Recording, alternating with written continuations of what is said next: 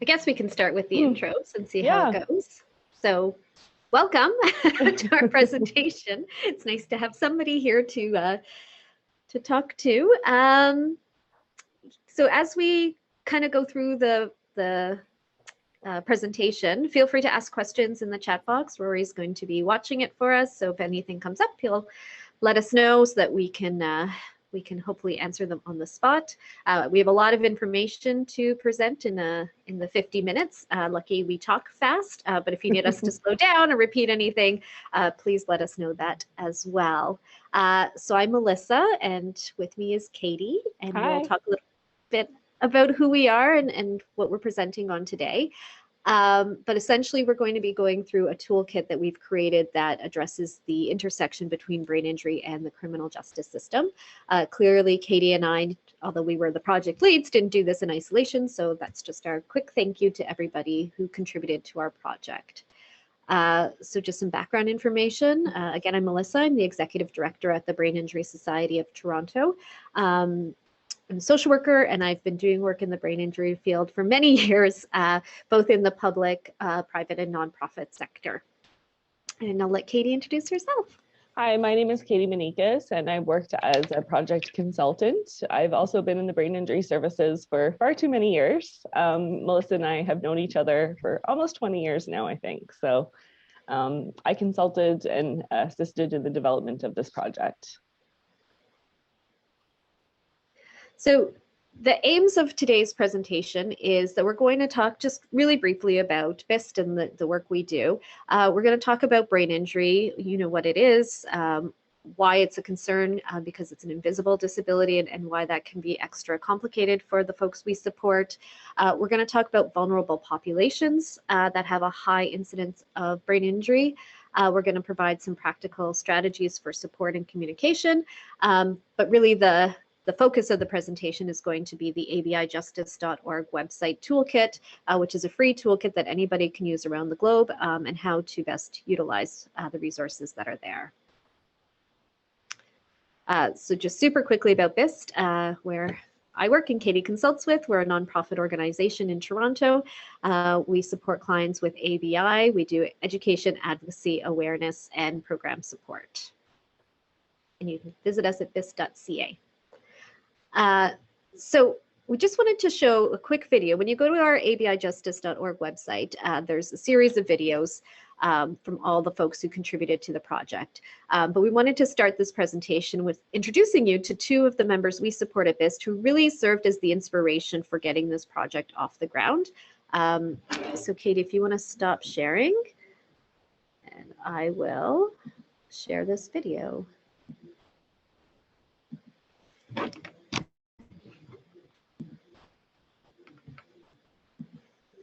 Due to a car accident, broke my nose, had a concussion. I have an artery vein misplacement. So the artery and the vein, they're misplaced in my left side of my brain. I don't even know how to explain it. I really don't even want to explain it because I don't even know how to explain it. See, when I talk to people on the phone, they usually just hang up on me or don't talk to me or whatever, because I get frustrated sometimes, right? And it's like, sometimes I don't know how to keep calm. Sometimes my brain is a little mess, and it's hard for, like, not for me, I'm pretty good, because I meet a lot of people that had brain injuries, and they're more worse off than me. So it's like, to treat somebody with disrespect and not show them love, that's wrong, right?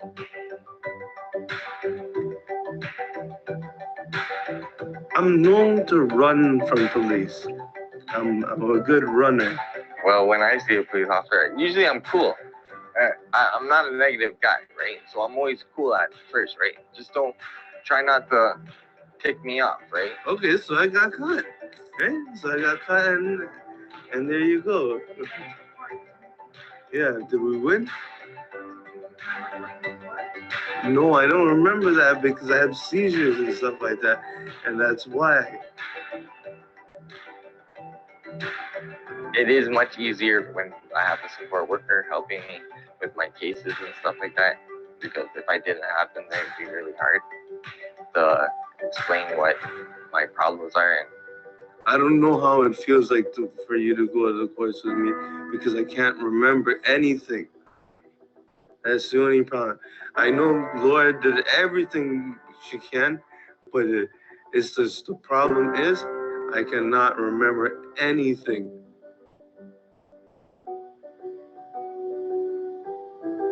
when I didn't have Laura, I was down the drain. But if I had Laura right from the start, oh, you know how much things I would have been good with? I would have been so happy. Well, it's good having a support person, because it's hard for us. So if I had a support person right away when I had the brain injury, I would have been so much better, because people would have treated me much more better, and they wouldn't have taken me like cool, I guess, say, correct? Don't think everybody's perfect, because there are people that look perfectly fine. They have problems, but just be careful on who you're talking to. Not everybody that looks perfect is perfect.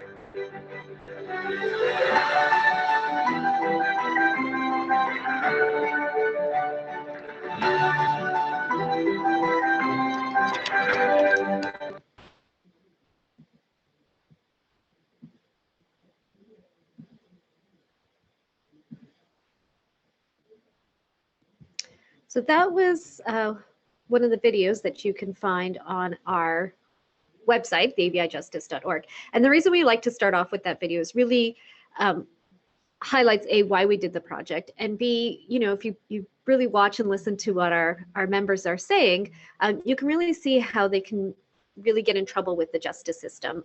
One of the things I always like to point out is Adam at the beginning says, you know, with my brain injury, I'm really messed up. And then he says, almost immediately after, but not me, other people with a brain injury.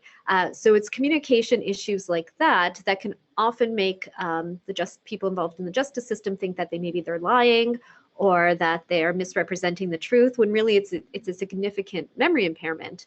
And I also like to point out that both of these gentlemen were involved in different programs at BIS. We didn't have a criminal justice program when we started supporting them. But you know, as their worker kind of helped them go through the mail, she realized that they had these charges against them that they had either forgotten about, didn't attend a court date for, again, because of their ABI, their brain injury and their memory impairments, which caused them to get into deeper trouble. So she had to do a lot of work to kind of negotiate with the justice system and assist them that way. So going back to brain injury, we're going to talk a little bit about what it is. And then as we talk about it, you'll see why it impacts people in the criminal justice system. But TBI, it's a global public health problem. And because it's an invisible disability, it doesn't often get the recognition that it really does deserve. In Canada, we know it's the #1 cause of death and disability for people under 40. We know worldwide, it's the leading cause of death and disability. Research does state men experience TBI or brain injury twice as often as women. As we go through this presentation, we'll talk about some new research that's coming out. And when we look at victims of intimate partner violence, we know that those numbers are changing. If we look in the States, it's every 9 seconds, someone in the United States sustains a brain injury. And of course, we don't know the number of people who sustain a brain injury and don't receive treatment. So that's an issue. And I'm just going to skip to the last point because these slides will be available. At least 5.3 million Americans live with a brain injury-related disability. So it's a huge, significant problem that we need to talk more about. So we're just going to touch on some common terms that are used related to brain injury. So what is an acquired brain injury? This is a brain injury that occurs after birth and not due to a congenital defect. And then when we look at what is a traumatic brain injury versus a non-traumatic brain injury, a traumatic brain injury is some type of event or an external force that has occurred, so some type of assault to the brain. This could be the result of a fall, a motor vehicle accident, some type of assault, anything where your head has been struck or hit by something or against something. This could be the result of an industrial accident. And a non-traumatic brain injury is typically some type of medical event. So this could be anoxia, which is loss of oxygen to the brain, a brain tumor, encephalitis, which is an infection of the brain, some type of metabolic event, a toxic event, vascular insult, and there are other types of brain injuries and disorders. Now, when we talk about developmental brain injuries, this occurs during the fetal development, and fetal alcohol syndrome would be considered a developmental brain injury. And this is just highlighting the differences between, again, what is an acquired brain injury versus what is a developmental brain injury.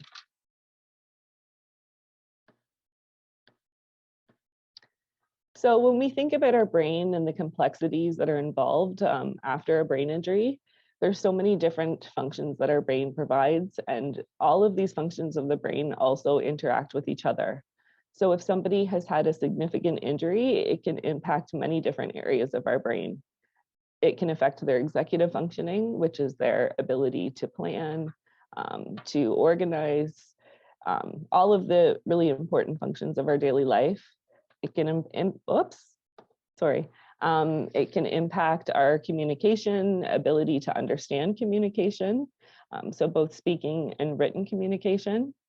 It can also have physical effects, so it can affect our coordination and balance. It can affect our vision. It can also affect our short-term and long-term memory. And short-term memory and long-term memory are located in different centers of our brain. So very often the people that we see have a short-term memory impairment, so they have difficulty retaining new information or learning new information, but their long-term memory is generally intact. So when we think of all of the symptoms that can accompany a brain injury, it can be quite complex, and all of these symptoms can also interact with one another. So if somebody has a sleep disorder, this could impact their pain management, which could further impact their communication and understanding. Also overstimulation, light and sound. If you're in a busy courtroom per se, and there's lots of noise and people coming in and out of the courtroom, this will impact your ability to stay focused and understand the proceedings that's happening around you. And again, I mentioned attention, memory, and your executive functions. So if your short-term memory is impacted, you might not have the ability to retain the information that's being given to you. You'll miss court appointments. You won't be able to follow through because you don't remember what's been given to you or the directions that have been given to you. And again, if you have vision, hearing changes or loss, you might have difficulty hearing what's being told to you, or and all of these things can be further compounded by depression, anxiety. These are concurrent disorders that often accompany brain injury, and then as well as substance abuse and addictions issues also can further compound the brain injury symptoms. And again, substance abuse and addiction are often very prevalent with people who have had a brain injury. And all of these symptoms and all of these impairments can have very complicated and sustained difficulties with managing your life. So you lose your employment status. This causes financial stress.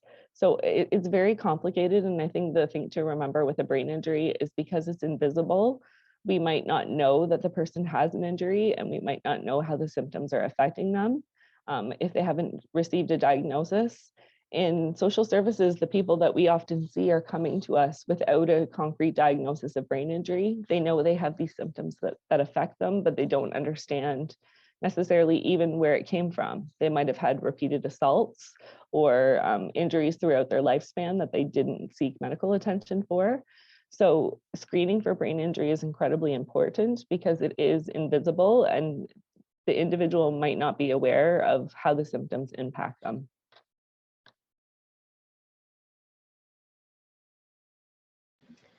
So when we talk about brain injury, it's always important to highlight that it's something that is a lifelong issue. So it's not something that happens and people are quick to recover and heal from. Your brain is constantly changing and evolving.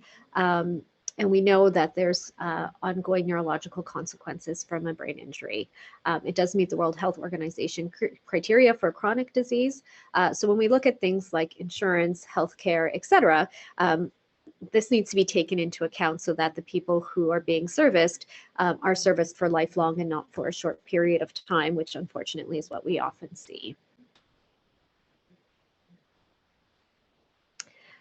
Also, just quickly, we wanted to talk about the social determinants of health and brain injury. We do know that brain injury can happen to anyone at any time, at any place. It doesn't matter age, socioeconomic background, etc. Brain injury can happen to anyone. However, we do know the impact of a brain injury can be different depending on a person's place in life when they acquire that brain injury. So issues such as literacy issues, pre-existing mental health issues, the challenges that come with a brain injury would be superimposed onto those. So, we always need to make sure that we're treating someone with a brain injury as an individual, and recognizing that if we've met one person with a brain injury, we've met one person with a brain injury, because their life circumstance and who they are as a person is going to affect how they're able to navigate the challenges that accompany a brain injury. So when we look at brain injuries in highly vulnerable populations, homelessness is a population that unfortunately brain injury is very overrepresented in and underserved. So a study that was done in 2009 in Toronto through the St. Mike's Hospital found that 58% of homeless people, just going to move this over, 58% of homeless men and 42% of homeless women have a brain injury, and the average age of their first injury was 17 years old. So 87% of these injuries occurred before they became homeless. And this, having a brain injury and living homeless, you are at risk for all kinds of other complicated situations. So you're at risk of experiencing seizures, again, concurrent disorders such as mental health and addictions problems, poor physical health because you don't have access to a primary care physician, you aren't getting regular checkups. So living with a brain injury and being homeless, it definitely harms a person's well-being. And this population is more at risk of visiting the emergency room. So 5 times more likely to have visited an emergency room within the past year, twice as likely to have been arrested in the previous year, and 3 times as more likely to have been the victim of a physical assault in the past year. So again, individuals are living with an invisible disability that often hasn't been diagnosed. They're living homeless, so they're at risk of further injury and assault, people taking advantage of them.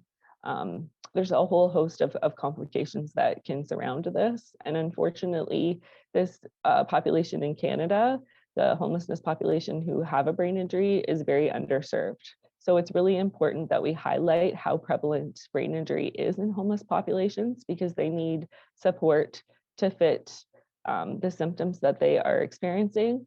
And as Melissa mentioned, brain injury occurs across a continuum. So if it is, the services that they receive need to take into account their whole lifetime and their span. This was a study that was completed in 6 other countries, so brain injury and homelessness. The 6 other countries were Canada, Japan, Australia, the US, the United Kingdom, and South Korea.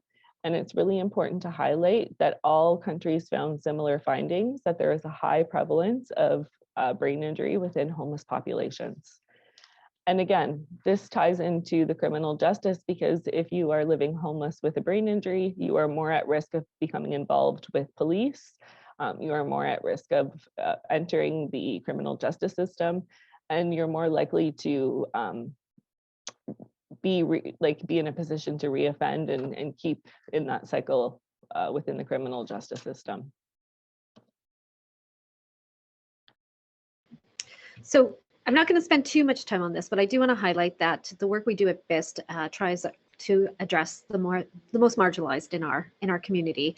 So we have done a homelessness prevention program, which you'll see some of the results there. So we know that 100% of the people we serviced had some sort of cognitive impairment that really impacted their ability to navigate housing, whether it be, difficulty with navigating an eviction, how relationships with their landlord, completing housing searches, and so forth. So we just wanted to say the work that we see happening research-wise outside the globe, when we take that research and do a program that directly services people, we're seeing the exact same things, and we're helping people navigate those challenges, but there just aren't enough programs like this to support people throughout Toronto and throughout the globe.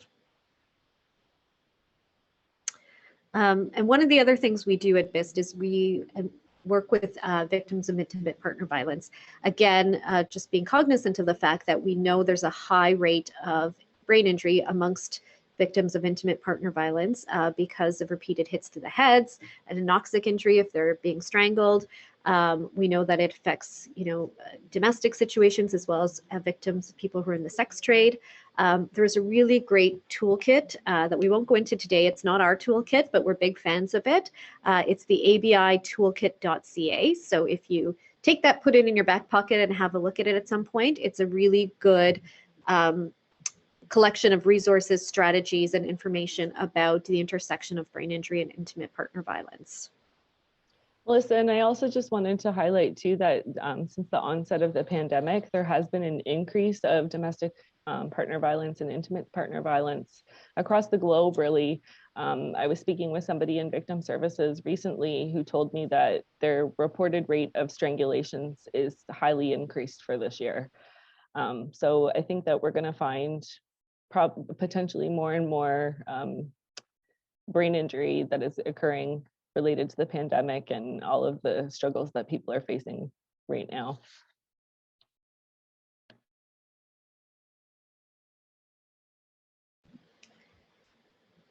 And then moving to what we're going to talk about today, or the rest of the presentation, is the criminal justice population. And these statistics they're devastating. We know that as many as 80% of incarcerated adults have a history of brain injury. 50% of youth have been charged with offense of a documented history of brain injury. And again, that's not acknowledging the undocumented cases. So any youth who may have been in an abusive situation, their brain injury might not necessarily be documented. When we look at Ontario, where Katie and I are, men and women who sustained a brain injury were 2.5 times more likely to be incarcerated than men and women who had not. And what that tells us is that folks with brain injury are not getting the support, the resources, the accessibility accommodations that they need to have a fair and equitable justice experience. They're treated as somebody without a challenge, and as such, they tend to agree to things. They tend to pretend as though they understand, and they're not able to navigate how to get a lesser sentence, how to plead their case, etc. So they end up being charged with harsher sentences, and they end up just really being in trouble more. Once they're in the system, it's a lot harder for them to get out, again, because they're not able to understand and process and follow the instructions that are given to them. So when we look at this slide, again, how do we identify and assist somebody with a brain injury? So if you have a broken arm or a broken leg or some type of physical impairment where you're in a wheelchair, it's very easy to identify and to possibly support somebody with those physical impairments, because you can see the impairment, you can understand the accommodations that will be required to assist them and to ensure that they have accessibility. But when we look at brain injury, again, because it's an invisible disability, in this slide, we see that there's a large hematoma on this brain, but that is not going to be present on the outside. The individual that you're looking at might be presenting symptoms, but you can't fully understand or may not even be aware of the level of the brain injury that they've experienced. So again, it's really just important to consider that brain injury is an invisible disability, and the symptoms that somebody is facing, they might not have a diagnosed brain injury. So they may not even know that that's what's going on with themselves. And I'm just going to jump in here. We are going to talk about it later on in the presentation, but it's important enough to warrant mentioning twice. There are screening tools available. There's the HELPS tool and the Ohio Valley tool. Both are on the website that we're going to be talking about today. And we encourage anybody who's interacting with marginalized folks to do a screening for brain injury, because again, they may not disclose, they may not even know they had a brain injury. So often just asking them if they've been hit in the head and kind of following the directions on the screening will give some insight to that invisible disability that they have. So cognitive and communication challenges. So when we look at what are these cognitive and communication challenges? So it could be impaired or reduced processing of information and conversation. So if there's a lot of conversation happening or the information is coming at them rather quickly, they might not be able to process that and understand it. Difficulty using and understanding language in a variety of situations and contexts. So we know that the legal system is incredibly complex. The language is hard to understand. So this is something to keep in mind, again, with somebody with a communication disorder. Difficulty expressing ideas and emotions. People may have struggles with self-regulation. Their emotions are expressed differently. You know, if they're sad, it's expressed as anger. So again, there's challenges around emotional regulation. Poor attention and memory, as I've suggested, short-term memory impairment is very common. So people have difficulties paying attention, keeping their attention going, and then retaining the information that's been given to them. And then again, challenges with impulse control and self-regulation of emotion, challenges with social communication, and this leads to poor social exchanges. So people can't identify those social cues, so they misrepresent social cues. And that can be really tricky when, especially if you're dealing with police or you're dealing with people in an authority figure, that causes a lot of stress to begin with. And difficulty with reasoning, judgment. This can lead to exploitation and abuse as well as incarceration. Oftentimes people can make really impulsive decisions, or they just don't have the ability to process the consequences of their decisions as well. So how can this be misinterpreted? Well, very often we'll hear that people are non-compliant, that they're rude, that they're being defiant, that they lack motivation, they aren't able to follow through, so that person's just lazy, they're disengaged, and substance abuse. And what's really likely happening is there are comprehension issues. Again, trouble identifying social cues, feeling threatened and scared, anxiety, because that's a concurrent disorder that often accompanies brain injury, the memory issue, and just feeling lonely, angry, hungry, or tired. You know, if you're living homeless and you've had a brain injury, you're not going to necessarily have access to things to meet your basic needs. So these are all important things to take into consideration when you're supporting vulnerable populations. So here we're going to meet Alexander, who has been a wonderful contributor to this project. There is a support and soothe toolkit that you will see on our website. And Melissa, do we have time to listen to the video right now? We do. I think what we'll do is we'll show some of the video. It'll be a bit of a teaser, so hopefully draw you to the website a little later, but we'll show you a couple of segments from it, because I think it's really important and a really nice takeaway of dollar store items that anyone can have on hand to assist somebody who's experiencing anxiety when they're in a stressful situation, such as interacting with police officers or the criminal justice system. And I just wanted to say quickly, just Alexander was a teacher. Alexander has had a brain injury, so is brain injury survivor, has 2 degrees, and has been instrumental in developing this support and toolkit for us. And this is one of the most popular, I think, features of our website. So it's been really great.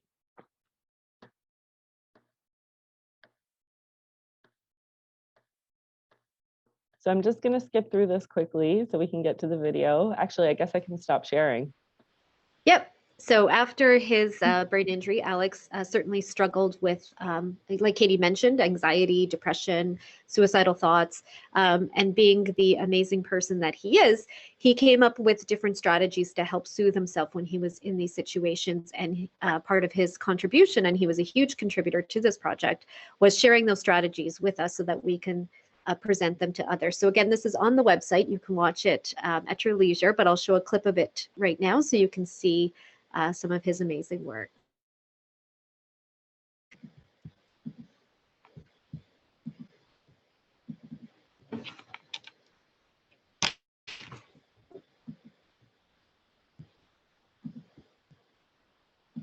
Hi, my name is Alexander Jordan Monconrob. I have created the Eye Care Soothing Kit. So I have created this because I have disability, I have brain injury.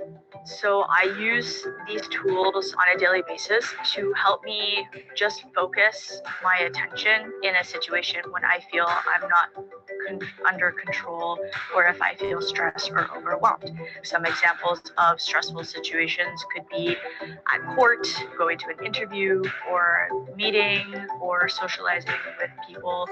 I will show you how each item works, and again, you can add your own stuff. So this is a monkey. It's a beanbag monkey. It's flimsy, it's floppy. You can throw it. It takes your mind away from stuff.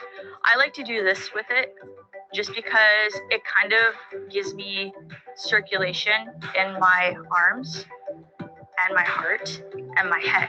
So I have low circulation flow in my brain. And I feel sometimes that I'm going to faint or have a seizure or PTSD from it. I get scared. So when I do this, I feel the air circulating from my chest all the way up here, and it gives me kind of like a bit of emotion. So having an object in my hand that's going to focus me is not too heavy, and it distracts me. It helps the oxygen flow. Next is a massager, just a little wooden massager on my head if I have a headache, or the back of my neck right here. I'm gonna roll it. Usually my neck really hurts here and I become very dizzy. So in order to relieve the strain and tension and pain in my head, I just want to roll it up and down. If you want to be more like discreet about it, you can like just like roll it on your leg. Let's say you're sitting on the bus and you're like really nervous and you're like, all right, just roll. Or on my arm, the arm feels really nice too. Just roll it there. There you go. If you don't have a rolly massager thing, just use your thumb. Go in circular motions. This is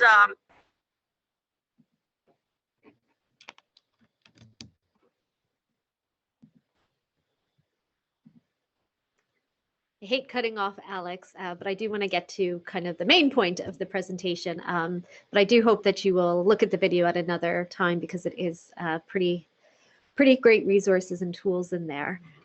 We do have about 15 minutes, and of course we want to leave a couple of minutes for questions. So I'm just going to let Katie catch up with the slides. But we were going to show a video, and actually I think we have time for it. We're going to show you one more video. Again, all of these are on the site. This is Robert Ben. He is a lawyer who also worked with us on this project, and he specializes in working with vulnerable persons. He has a background as a social worker and then became a lawyer. And again, I might not play the whole video, but he does talk about some really good strategies when you're working with somebody with a brain injury.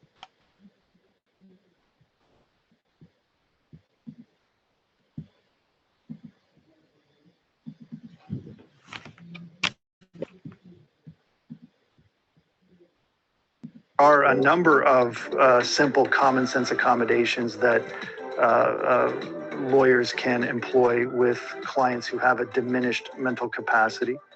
And they're quite simple and very common sense. For example, providing advance explanation of the purpose of any meeting with the client. Discussing one issue at a time when you have meetings with your clients. Breaking information, which can often be complex into small, manageable chunks is helpful. Using straightforward, simple, non-legalese language, speaking at a slower pace to allow the client to process the information, allowing extra time for clients to formulate and ask clarifying questions, providing cues to assist clients to recall rather than expecting spontaneous retrieval information. I find that repeating, paraphrasing, summarizing, and checking in periodically with the client is very helpful as well. Confirming a client's understanding is always important. Asking the client to explain his or her understanding of what has just been communicated is an important checkpoint. Sometimes a simple thing like providing a written summary of notes or an information sheet to explain a particular legal process or a step in a legal process can go a long way. Scheduling appointments at times of day that work for the client. Sometimes people with a brain injury, for example, do not function well in the afternoons or in the mornings, as the case may be, and it would be counterproductive and not in your client's best interest to schedule those appointments at those times. Other simple things can include sitting down with the client and having them take out their phone and helping them schedule your next appointment or your next call, and helping them set a reminder on their phone so that they don't forget about it, or a court appearance, for example. When sharing documents with clients, sometimes it's helpful to even invite them to take a photograph of it so they have it on their phone and can refer to it and find it easier at a later date. And finally, there's something that is available to people in the legal process that doesn't often get talked about, but it's the role of a companion. And there is a case law that has acknowledged the role of support persons and companions, and has even extended legal privilege to discussions involving companions and support persons.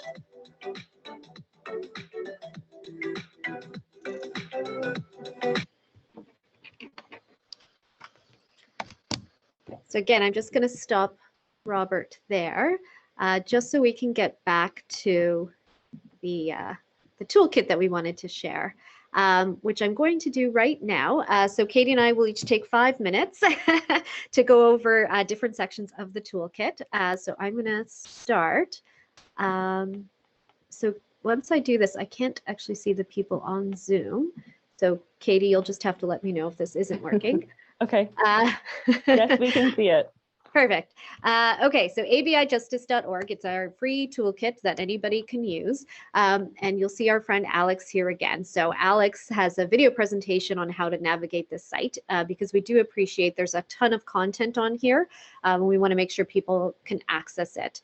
So when you get to the landing page, there is the brain injury community side and the legal community side. So I'm going to walk you through the brain injury community, which is has been developed for people with lived experience, as well as caregivers and support folks.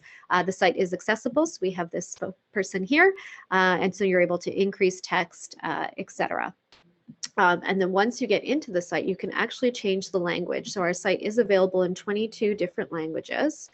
And the way to do that is once you get in, if you scroll down,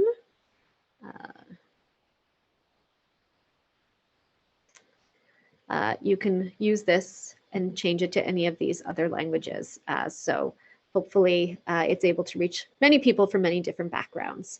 As mentioned, we have a lot of videos on the site, so we've tried to make this accessible. So we have cheat sheets, resource information, and then videos explaining different tools that we use. So you'll see Adam and Alex back here. We also have information on how to utilize technology, obviously acknowledging that many supports and court processes are moving virtual. So when you get to this site, we do an overview of justice and brain injuries. Some of the research we've already talked about in this PowerPoint presentation is listed there. And then this is a really important piece, Brain Injury 101. That just gives an overview of what brain injury is, some of the common terms. And one of my favorite things is the common challenges and tools to help. So this site lists all the challenges that can come with a brain injury and gives a fact sheet on how you can assist somebody who might be experiencing that challenge. We have Dr. Carolyn Lemsky, who was a huge contributor to this project, and she provided information on concurrent disorders, which Katie has already talked quite a bit about, as well as the intersection between substance use and brain injury. Going back up to the top, we've broken down criminal court proceedings. So helping the folks we support on how to prepare themselves, giving them an example of what a sample court looks like so we can go through it with them before they actually get to the court, what exactly things mean. We have a cheat sheet on meeting with your lawyer. So we encourage our members when they are meeting with their lawyer to pull this up, and then they can go through. Sorry, my computer is slow, but essentially it's a sheet where they can go through what type of strategies help them. Do they better with visuals? Do they do better with written instructions? And then once they've completed that, they can send it to their lawyer on the spot, and that way everyone has a copy of the accommodations that they require. We list obviously resources as to where to get help. And then we have printable tools in English and French. And again, these are kind of a few of them are cheat sheets, but also we have a brain injury identification card that people can carry around with them to show what their specific issues are. One of our members suggested doing one specifically for communication, so that's currently in development. We have tech tools and tips again, what your lawyer should know about you. So this is the piece I was talking about where they can fill it in on the spot. And then we have tips for your court date, how to organize yourself, and then of course the great video Alex did, we kind of broke it down in a printable format as well. And then our contact information. So if anyone wants to keep in touch with us or has questions, we would love to hear from them, and they are welcome to reach out through this site. I apologize, I did go through that quite quickly, but I wanted to give time to Katie to go through the legal side. So I'm going to stop sharing my screen. And Katie's going to go over what you'll find if you go through the legal portal of the site. Okay, so here we are on the legal side. The information is mostly duplicated on each side, but also there are some specifics addressing legal professionals. So here we have working with the vulnerable persons, how to create accessible meetings. We have how to create accessible meetings both virtually and in person. So how do you accommodate an individual with their specific needs? How to host a virtual meeting? What are the communication challenges and how to address them? De-escalation tactics. And again, these are all available as a cheat sheet that you can print off and keep by your desk or keep with you when you're supporting somebody. And again, the support and soothing toolkit. And then factors to consider. We had some assistance from FASD Justice, who also had a website and had really great resources. So we were very fortunate enough to take those resources with their permission and adapt them to fit the brain injury services. So this information, again, it's all geared towards legal professionals and how you can support somebody with a brain injury. And then the printable tools section, I'm just going to highlight the screening tool. I know Melissa did mention this previously. These are the two screening tools that are recommended. Whoops, and it's not opening. But when you go to the site, you can look at these two screening tools. One is called the Ohio Brain Injury Screening Tool, and this was developed in the US. And then we have the HELP screening tool, which is typically used in by Canadian service providers. So these tools are not meant to diagnose brain injury. That we just want to make sure that that's clear. It's not about diagnostics. It's about identifying symptoms and then developing strategies to support those symptoms or support those impairments. So it just gives you a nice overview of what the individual is struggling with and how you can best support them. And I think that's it. So we really encourage you to go to avijustice.org and take a look through the site yourself. Again, there's a lot of information. Both sides of the website have been reviewed by both legal experts. We had a criminal defense lawyer who assisted us, and also people with lived experience to ensure that they understood the information and that they felt it was accessible. We wanted to make sure that this site was as accessible and practical as possible for all of our participants. We have about 4 minutes left, so I guess we'll open the floor to any questions that anyone might have.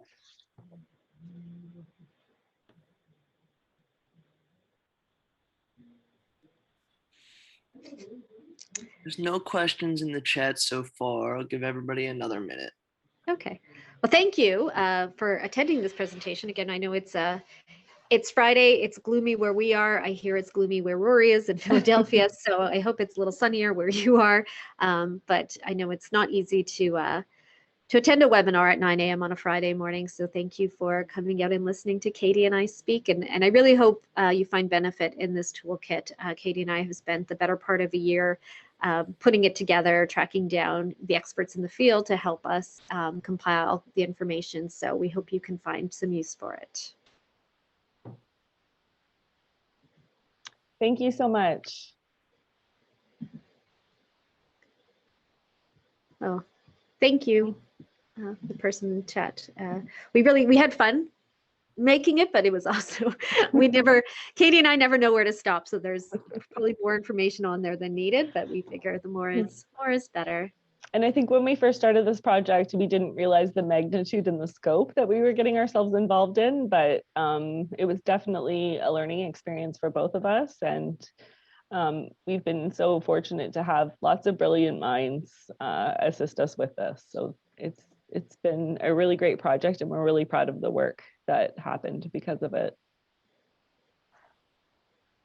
And thank you, Rory, for moderating the event and helping us with all the tech stuff.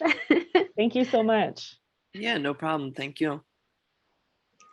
So I guess if there's no more questions, we'll close out the session. I know we have to do a hard stop at 9:50, and if you don't be careful, Katie and I will talk forever. So thank you again.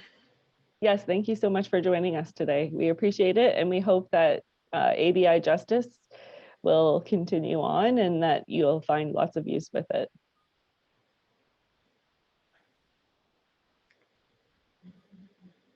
So I guess, Rory, will you end the session? Yeah. Or do we Yep, just... I'm going to end the session right now, everybody. Have a great day. All right, you too. Thanks so much. Nice to meet you. Bye. Bye. You too. Thank you.